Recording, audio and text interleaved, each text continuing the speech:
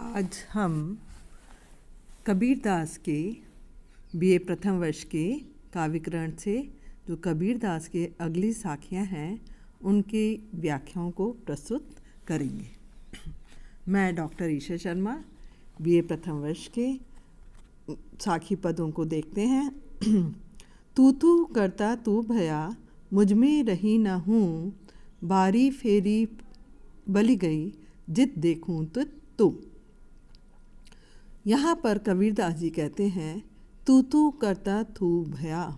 हे जीवात्मा, परमात्मा को याद करते करते हर पल वो जब जीवात्मा परमात्मा को याद करती रहती है तब मुझ में रही ना हूँ, तो मुझ में उस जीवात्मा में हूँ अर्थात अहंकार की भावना समाप्त हो जाती है। बारी फेरी बली गई जित देखूं तित तू।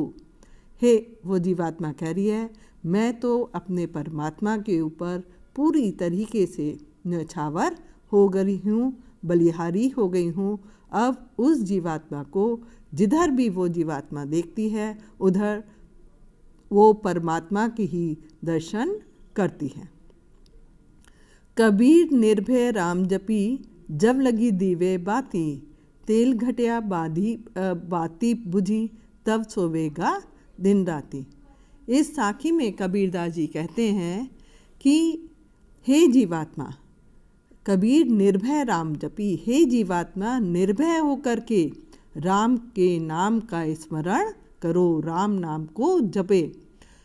कब तक जपो? जब तक दीवे बाती, जब तक इस दिए में बाती है, जब तक इस शरीर में प्राण है तब तक हे जीवात्मा तुम राम के नाम का निर्भय होकर स्मरण करो।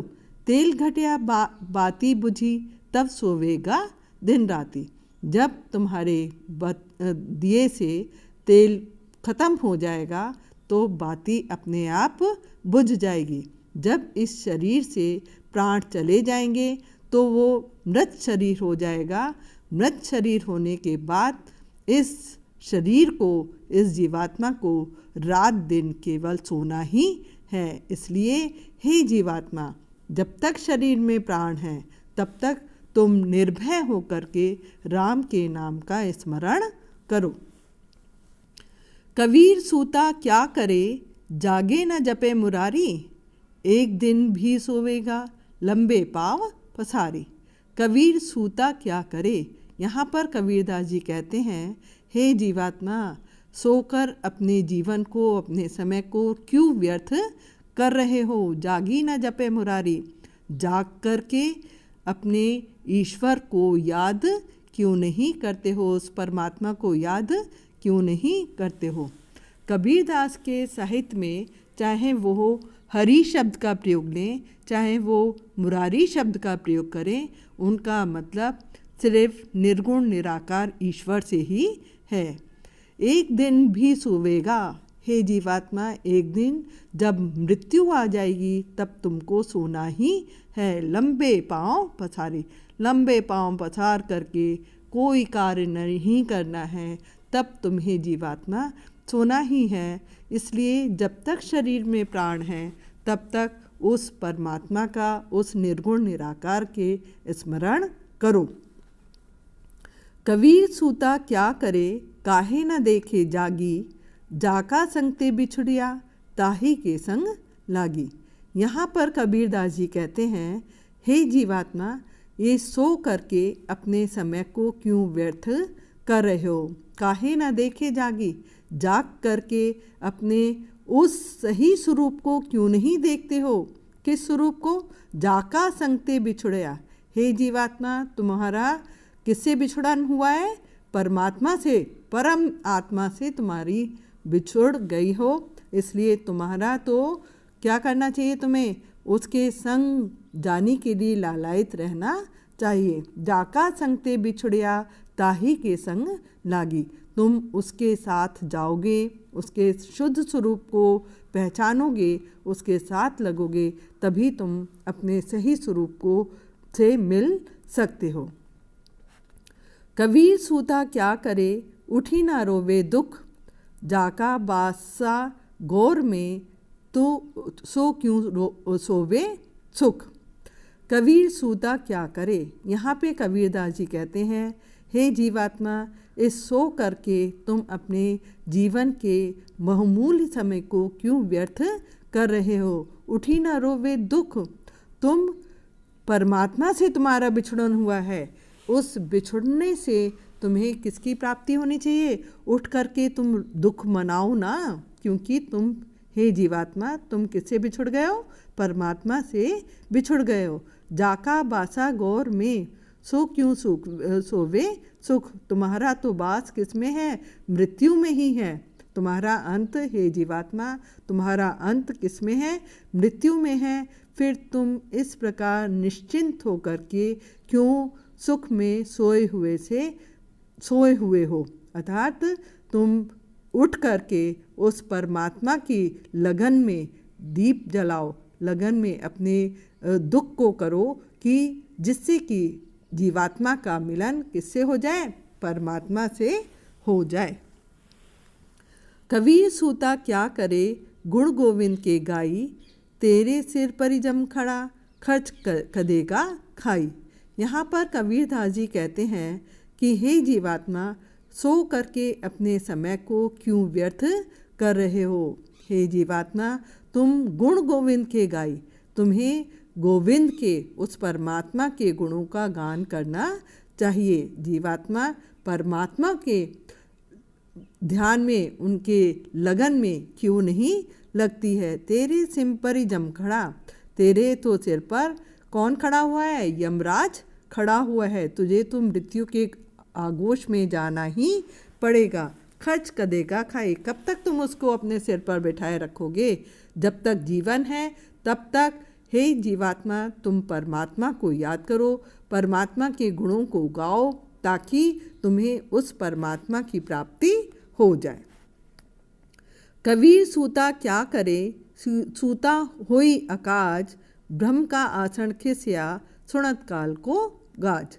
यहाँ पर कबीरदास जी कहते हैं, हे जीवात्मा, तुम सो करके अपने समय को क्यों व्यर्थ कर रहे हो। सूता हुई अकाज, तुम व्यर्थ में ही, बिना कारण के ही सो करके अपने समय को व्यर्थ कर रहे हो। तुम्हारा समय निरंतर निकलता जा रहा है। ब्रह्म का आसन खिसकिया, जिस समय भी ब्रह्म का आसन खिसकेगा, ब्रह्म अपने जीवात्मा उस परमात्मा मृत्यु का आगोश आ जाएगा, मृत्यु के ग्रास में जाना पड़ेगा।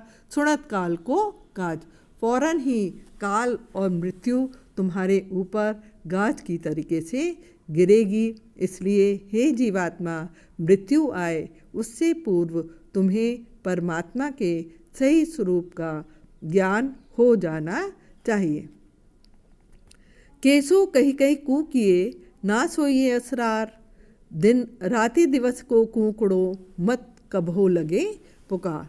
केसो कही कही कू किए, हे जीवात्मा, तुम केशव केशव, ईश्वर ईश्वर, परमात्मा परमात्मा, हर पल उस परमात्मा को याद करते रहो। ना सोइए असरार, बेसुध होकर के तुम्हें सोना नहीं चाहिए।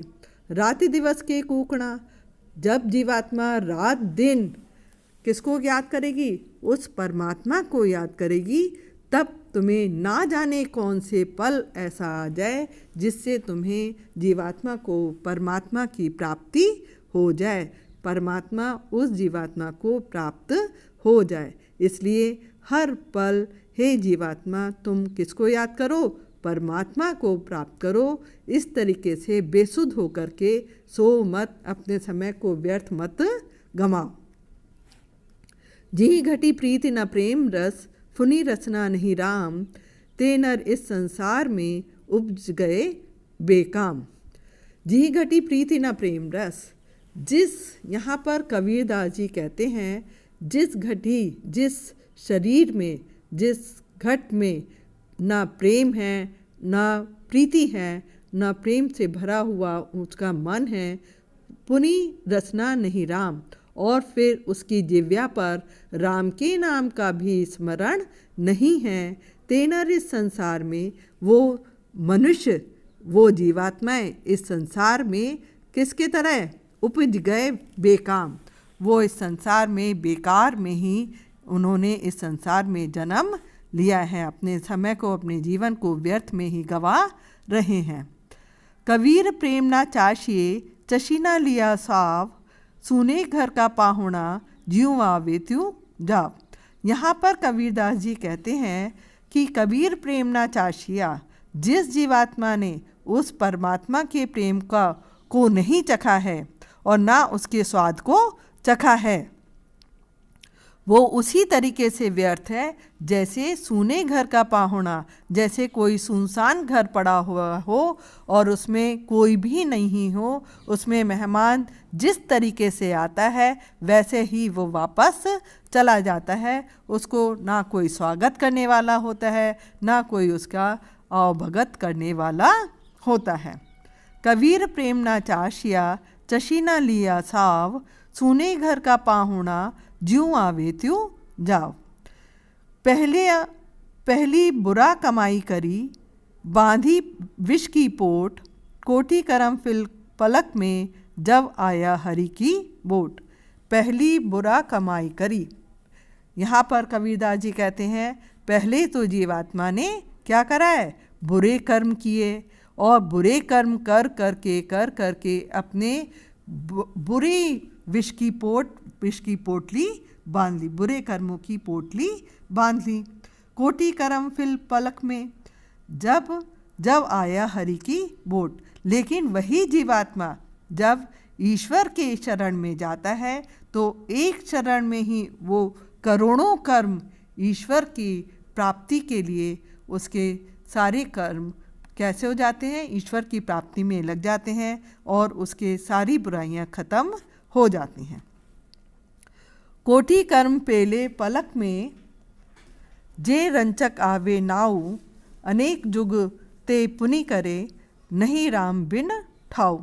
कोटि कर्म पेले पलक में, जिस जीवात्मा ने, यहाँ पर कबीरदास जी कहते हैं कि जीवात्मा ने एक ही पलक में, एक ही पल में करोड़ों कर्म कर डाले। जे रंचक नहीं नाव, और ईश्वर के नाम को उसने जरा भी नहीं लिया है। जीवात्मा का परमात्मा से प्रेम या उसका स्मरण, जीवात्मा ने परमात्मा का स्मरण जरा भी नहीं किया। अनेक जुगते पुनः करे, नहीं राम बिन ठाऊ। और वो पुनः इस संसार में पुनः ना जाने कितने जन्मों तक उसके चक्र में, जीवन मृत्यु के चक्र में पुनः आता रहता है, क्योंकि नहीं राम बिन ठाऊ, क्योंकि कोई भी स्थान ऐसा नहीं है जो कि राम के बिना हो।